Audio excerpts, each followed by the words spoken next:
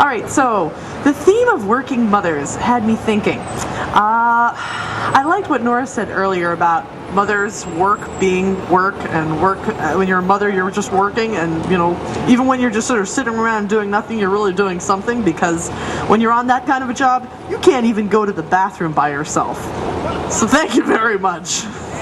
Thank you to all the mothers in the world. I think I'm going to tell this particular story. It's an Irish story because I love telling Irish stories. Once upon a time, there was a woman, and she was a mother. She had a really, really tiny, tiny newborn baby, and she and the baby lived together in a little house. And she took care of that baby, and she gave that baby everything it needed and did everything for that baby, and she was a fantastic mother. She lived alone with that baby. So what that meant is that occasionally she had to put that little baby down in his cradle, and she would have to zip out the door for just a wee little bit of time, and then she'd be right back. Well, one of the times that she did that, she put the little baby down, she just fed him, she gave him a little kiss, she put him down in his cradle, and she went out the door just for a moment, not for real long. She did what she had to do, and she came back, and of course she did what she always did, which is she went back and she looked in the little cradle. When she looked in the little cradle, there was something in it, but it didn't look like her baby. It was this little sort of wrinkly-faced creature. He was baby-sized. He looked kind of like a he. And they say that a lot of babies look like Winston Churchill. You kind of look down at them, they sort of look up at you, and they kind of look like they're pondering the annexation of the Sudetenland or something like that. Kind of wrinkly and serious. But this baby, there was just something not right about this baby. He looked like a little wizened, wrinkly old man in a baby's cradle. And instead of, crying the way a baby cries when it's upset, he made this raspy little sound. Well, she thought at first maybe he's sick. Maybe there's just something not right with the baby, and she nursed him, and she gave him this and gave him that, and tried to sing to him, but nothing she did seemed to help, and he just made that nasty little rasping sound at her, like he was some kind of mean little old baby-sized man lying in her baby's cradle. Well, day after day after day of this went by, and she tried to be a good mother, she tried to do the best by him, but he was just such a nasty, vicious-looking little thing. Well, finally, she did what she probably should have done the very first day. She walked down the lane to the home of the village wise woman. Every village should have its own wise woman. Once upon a time, they did. She was lucky because she lived once upon a time back when there was a wise woman in her town, because this is one of those kinds of situations when you look in your baby's cradle and you see this. That's when you need a wise woman. Okay? So she went down the lane to the house of the wise woman, and she told the wise woman what had happened. She said, well, I had my baby, and I just went out the door for just a moment. I wasn't gone for really long. I came back, and I don't know what to do. He doesn't look like my baby. I'm trying to, but it just... And the wise woman looked at her and said, well, that's not your baby. And I know that's not your baby. And I know exactly what you need to do. And the woman said, oh, you do really? Can you get back my baby for you? For me? And the wise woman said, well, I can't get back your baby for you. You're going to have to get back your baby for you. And I'm going to tell you exactly what to do.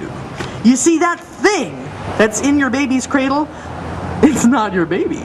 That thing is a changeling. It is an elder of the old folk. The folk whose names we don't say. We call them now the fairy folk, the elves.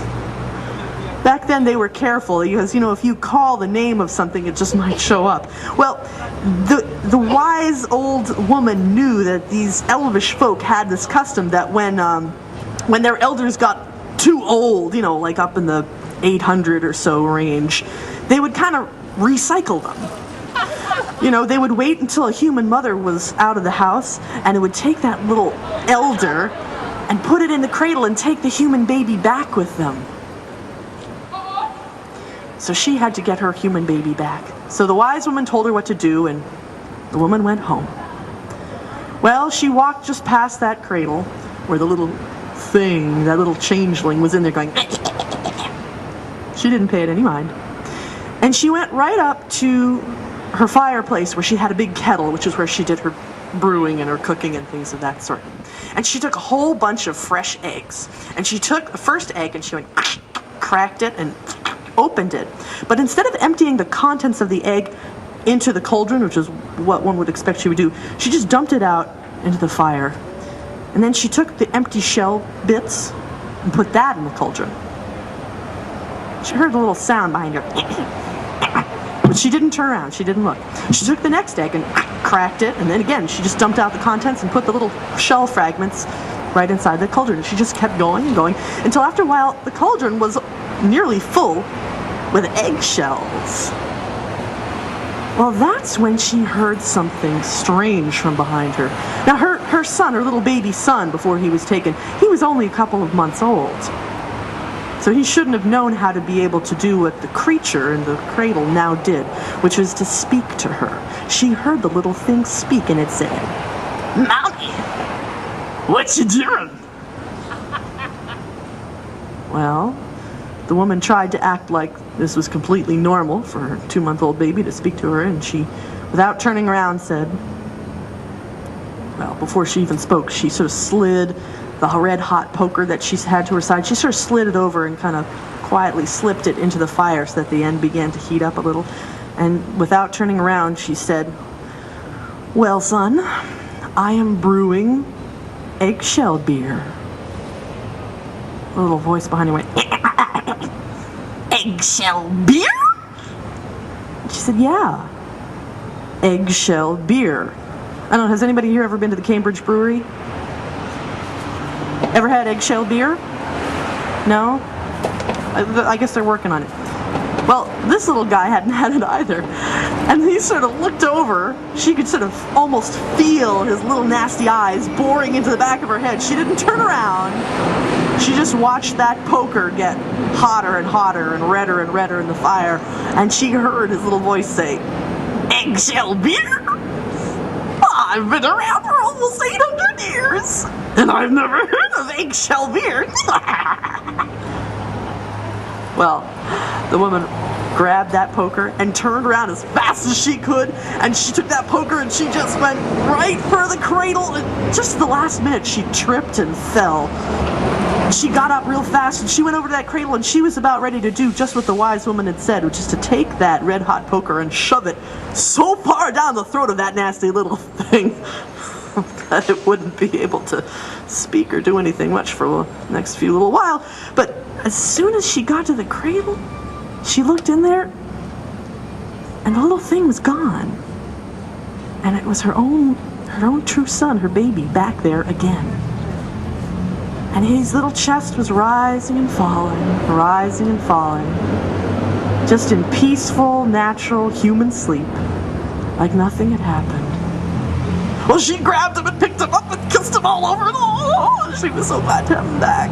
And she went and she dumped out the eggshells, but she carried him with her that time. Well, she made herself a sling so that she could keep her baby with her at all times. And from that point on, she never let that baby leave her side until he was old enough to begin toddling around a little. And the changeling? Well, I don't know. She never saw him again, but maybe he started making eggshell beer. I don't know. And that's the end of that. Mothering is work, I tell you. It's work.